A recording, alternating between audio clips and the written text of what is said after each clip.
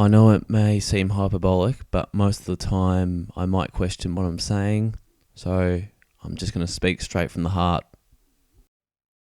From the reveal of Marvel's Spider-Man back in 2016 all the way to its launch, many people were very excited, including myself. Plus, it was being helmed by Insomniac Games, the same team behind my favourite game series, Ratchet and Clank. In March of 2018, I did something horrible. I won't say what it was, but it upset a lot of my friends and family around me, and in turn, created a tainted relationship with someone. It also had to do with my relationship with video games. So for the moment, I laid off the video game pedal and just waited until the release of Marvel's Spider-Man. The more I wrote and thought about this project, the more I could see parallels with the character of Peter Parker and Spider-Man. I think a lot of us can, if not everyone, at some point in their lives. I know that is why Spider-Man is special to me. I know everyone has different reasons why Spider-Man is special to them.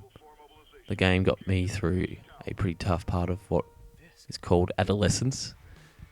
Even after the credits rolled, where it was around about November, I had just finished school for the year, and I remember a few sessions playing it where I just swung around completing the side objectives and had this feeling of completeness, comfort and euphoria, like the game was telling me that everything is going to be alright. Whether it was leading up to that moment where things had settled a bit, or maybe by that time I'd felt like I'd redeemed for what I had done to my best of my ability. I'm not sure if I like to think if things happen for a reason or not, but I sometimes wonder if I didn't do what I did, then would the game have been and felt as special as it did to me? I could use an analogy about having the lows to get to the highs when that is true, but it feels slightly wrong saying I did something horrible, and if I didn't do that, then I might have not felt as connected as I did to the game. It felt like that I should be one of the bad guys that Spider-Man comes in swinging and just, knocking some sense into.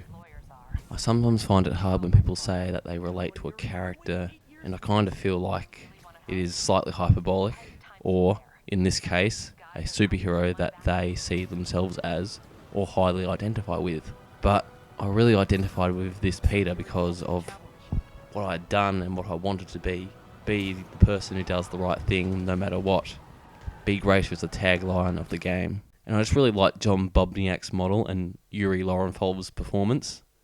It just kind of feels genuine. Can't quite articulate the words, but I really liked it and I really resonated with it. I'm not sure how to wrap what I'm saying into a nice little bow, but it just leads me to wonder if things played out differently. Nothing bad happened. Life just cruised till the release date of Spider-Man, and I look forward to it. Nothing else. Would I have felt different? Or, if things were different, I'm not sure if things are supposed to happen the way they are. It could have been a coincidence, but it did feel like the stars were aligning. I think that's one of the points of Peter. He keeps coming back to being Spider-Man, not just the responsibility of being Spider-Man, but him having the regret of Uncle Ben not being in his life, and would maybe ponder the question if things were different. If we ever fall short, whether it was on our own terms or out of our control, we can always rise up, do the right thing, and be greater.